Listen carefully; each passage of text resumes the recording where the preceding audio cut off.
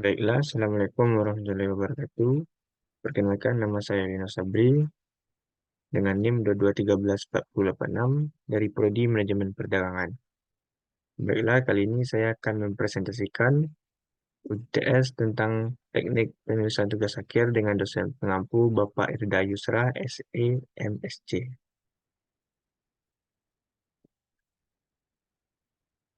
Baiklah, untuk judul tugas akhir kali ini, saya mengambil judul Tinjauan Aktivitas Bauran Promosi Rakit Kacang Lidah.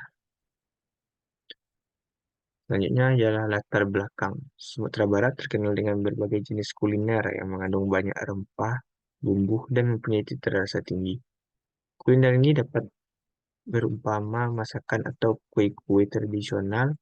Salah satunya ialah raki. Usaha ini berbentuk home industry yang aktivitasnya bersifat tradisional dan manajemen pun masih belum profesional dan belum melakukan penyusunan laporan keuangan dan belum menyusun laporan keuangan pada berbagai penelitian. UMKM belum menyusun catatan laporan keuangan yang tertera dengan baik. Usaha mikro kecil dan menengah atau UMKM memiliki peran penting dalam perekonomian Indonesia. Adanya UMKM ini memberi keuntungan, minimalisir pengangguran Indonesia, dan membuka lapangan pekerja baru bagi masyarakat. Saat ini bidang usaha raki merupakan bidang usaha yang lumayan menarik sebab saat ini raki kacang menjadi makanan favorit untuk masyarakat kalangan desa.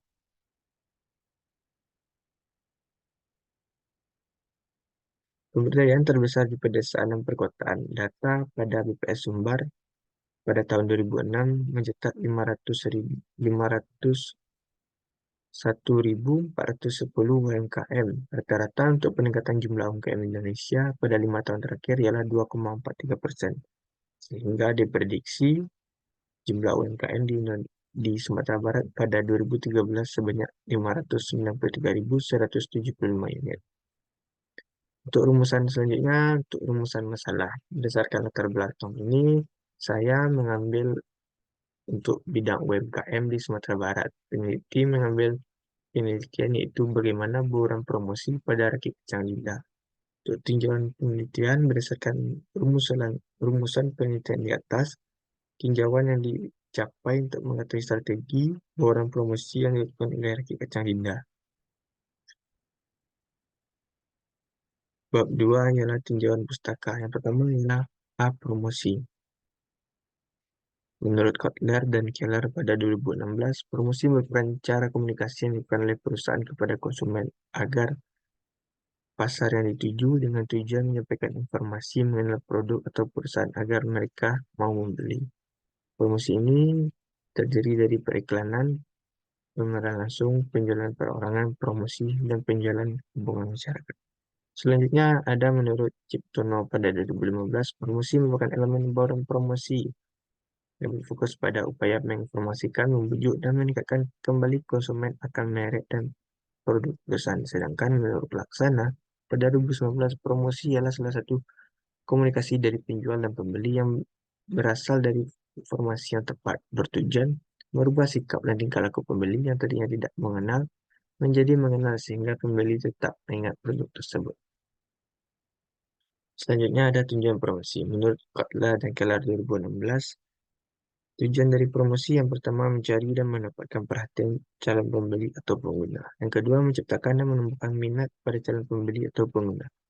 Yang ketiga mengumumkan rasa ingin tahu pembeli atau pengguna untuk memiliki barang yang ditawarkan.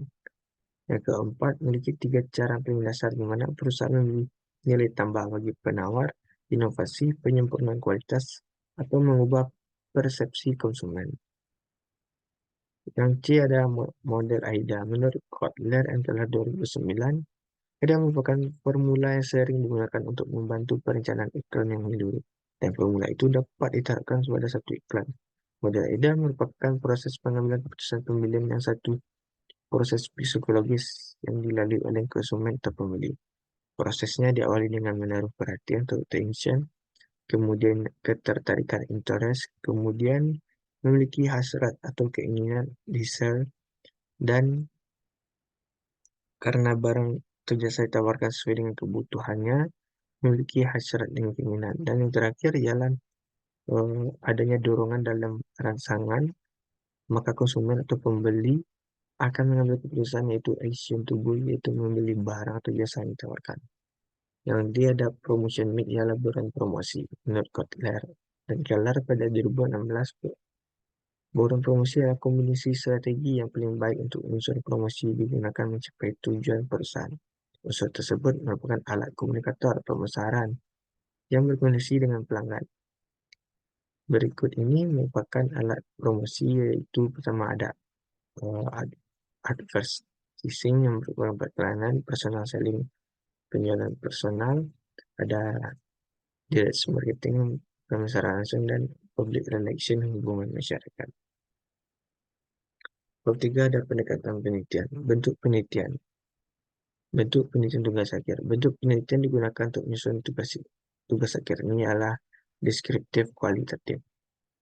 Penelitian ini bertujuan untuk mengetahui dengan jelas bahwa promosi rakitan Dinda untuk memaksimalkan promosi agar penjualan meningkat. Untuk lokasi dan waktu penelitian. Yang pertama, lokasi penelitian. Lokasi ini dilakukan pada bulan September 2014 yang beralamat di Jalan Bundo Kandong, Kota Singkurik, Batu Sangkar, Kabupaten Tanah Datar.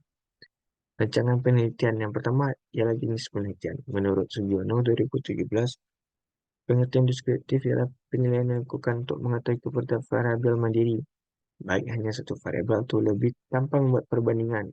Tujuannya ialah untuk menggambarkan faktual dan akurat mengenai fakta-fakta dan sifat-sifat hubungan antara hal yang diteliti. Ketiga ialah pendekatan penelitian, tahap-tahap penelitian. Yang pertama ialah menentukan judul masalah yang ditentukan oleh peneliti guna untuk memperjelas inti penelitian yang dilakukan. Yang B, mencari masalah yang diteliti oleh peneliti. Dalam hal ini disesuaikan dengan kriteria baik yang diteliti. Yang ketiga ialah menentukan masalah yang ditentukan. Yang keempat, menentukan metode penelitian yang dilakukan oleh peneliti terkait dengan judul. Yang kelima, ia menggambarkan data-data berupa teori yang bersangkutan dengan teliti. Keenam, mengelola dan menyusun laporan dan bantuan bimbingan rutin oleh pembimbing tugas. Dan yang terakhir adalah melaporkan hasil penelitian termasuk dalam proses penelitian diskusi.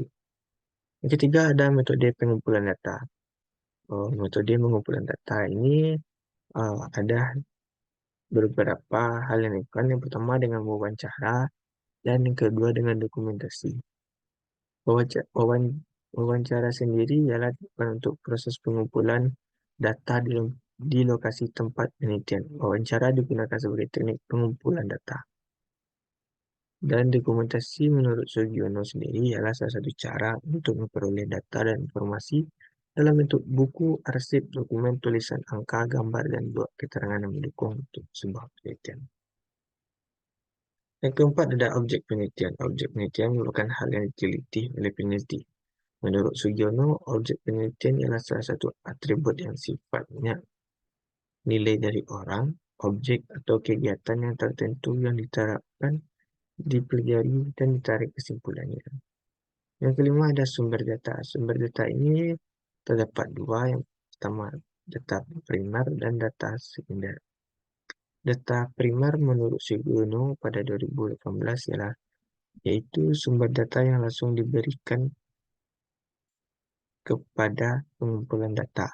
Data dikumpulkan sendiri oleh peneliti langsung dari sumber pertama dari tempat yang dilakukan. Sedangkan data sekunder menurut Sugiono 2018 adalah data yang tidak langsung diberikan kepada pengumpul data, misalnya melalui orang lain atau lewat dokumen yang lain. Yang terakhir ada analisis data.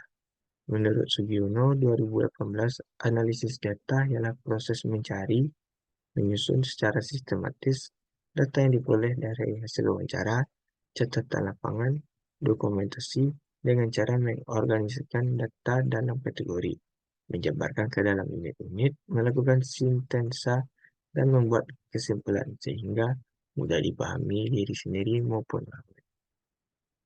Baiklah, ini merupakan daftar pustaka yang saya peroleh dari tugas akhir yang saya pilih dengan judul tinjauan aktivitas buruan promosi pada Rakit Kecang Indah.